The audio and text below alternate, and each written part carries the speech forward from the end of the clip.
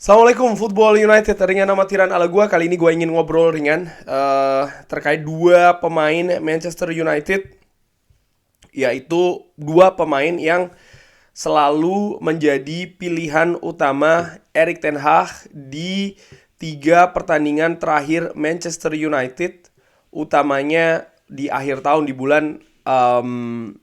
bulan Desember, yaitu adalah Aaron Wan-Bissaka dan juga Anthony Martial. Gue ingin ngobrol ringan terkait dengan dua pemain ini. Seperti biasa nih, ngobrol ringan amatiran ya.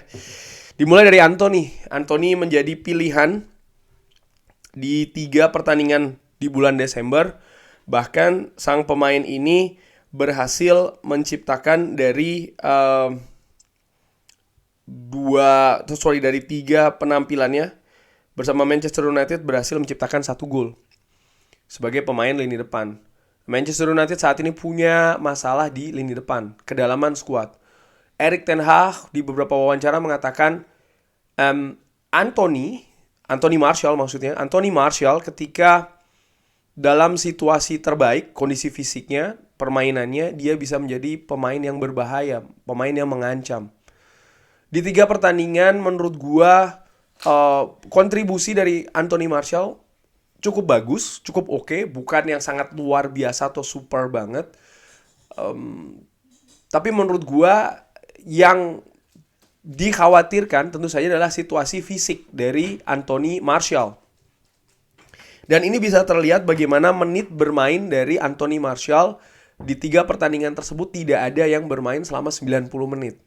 Nampaknya Erik ten Hag ini tahu betul bahwa hal yang mengkhawatirkan dari Anthony Martial ini adalah kondisi fisiknya. Cedera tentu saja sangat rentan cedera, sehingga Erik ten Hag dengan situasi kedalaman skuad dari Manchester United saat ini juga tidak ingin mengambil resiko yang besar dengan memainkan Anthony Martial bahkan sampai 90 menit lebih. Dari tiga pertandingan yang telah dilalui oleh Manchester United itu memperlihatkan hal demikian. Dia hanya bermain 71 menit menghadapi Burnley, lalu bahkan 65 menit menghadapi Nottingham Forest, dan menghadapi Wolves 80 menit. Sekali lagi, menurut gua ya kita tidak punya banyak solusi di lini depan. Ada Marcus Rashford tentu saja yang bisa bermain di ujung tombak sebagai striker. Tapi Anthony Martial merupakan pemain yang nampaknya memang diplot oleh Erik ten Hag untuk posisi striker di depan, pemain nomor 9. Kita tidak tahu, gua paling tidak tahu apakah Manchester United akan mendatangkan pemain penyerang baru di bursa musim dingin ini, sehingga ya kalaupun memang posisinya hanya Anthony Martial, ya itulah kenyataannya, maka Erik ten Hag harus berputar otak betul, harus berani memberikan keputusan-keputusan ya. Dan menurut gue sejauh ini ada tiga pertandingan di bulan Desember, dia sudah tepat dengan selalu menurunkan Anthony Martial, dan dia juga menjaga Anthony Martial dengan tidak menurunkan full ya, dan juga dirotasi posisi lini depan karena dikasih ke Marcus Rashford dan juga pemain lain. Tentu saja gue harapkan ada penyerang baru yang datang di bulan Januari, tapi kalau tidak ya Anthony Martial I trust jadi karena memang tidak ada posisi lain. Dan apakah ini terus akan menjadi hal yang pesimis? Semua tergantung Erik ten Hag sih. Bagaimana mengatur squad, bagaimana mengatur tim, bagaimana mengatur strategi. Ini menjadi tantangan. Tapi kalau seandainya Erik ten Hag mampu melalui ini semua nanti di bulan Mei, di akhir musim ini ya, dengan situasi lini serang yang seperti ini, artinya tidak banyak atau bahkan tidak ada perubahan. Ini merupakan hal yang luar biasa bagi seorang Erik ten Hag. Nama kedua yang ingin gue bahas ngobrol ringan adalah Aaron Wan-Bissaka.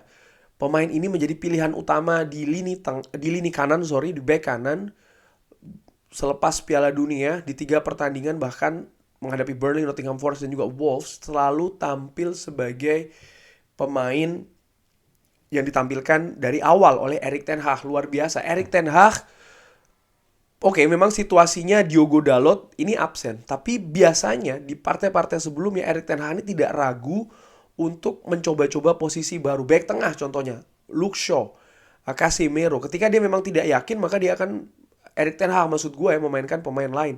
Tapi tidak dengan back kanan. ada Brandon Williams, ada Tyrell Malacia contohnya yang bisa saja dimainkan di bek kanan dan juga pemain lain. Tapi faktanya Erik ten Hag mempercayakan posisi bek kanan ini ke seorang Aaron Wan-Bissaka. Di berita-berita sebelumnya Aaron Wan-Bissaka selalu dikabarkan masuk daftar yang akan dilepas. Bahkan pemain atau Manchester United juga mengincar pemain berposisi bek kanan.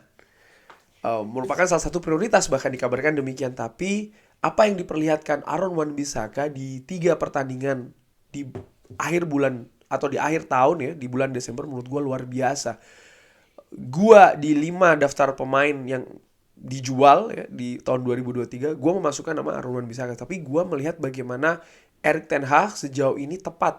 Apa yang dilakukan, treatmentnya untuk seorang Aaron Wan-Bissaka sejauh ini tepat. Aaron Wan-Bissaka tampil luar biasa menurut gue. Manchester United di 3 bulan Desember berhasil meraih clean sheet.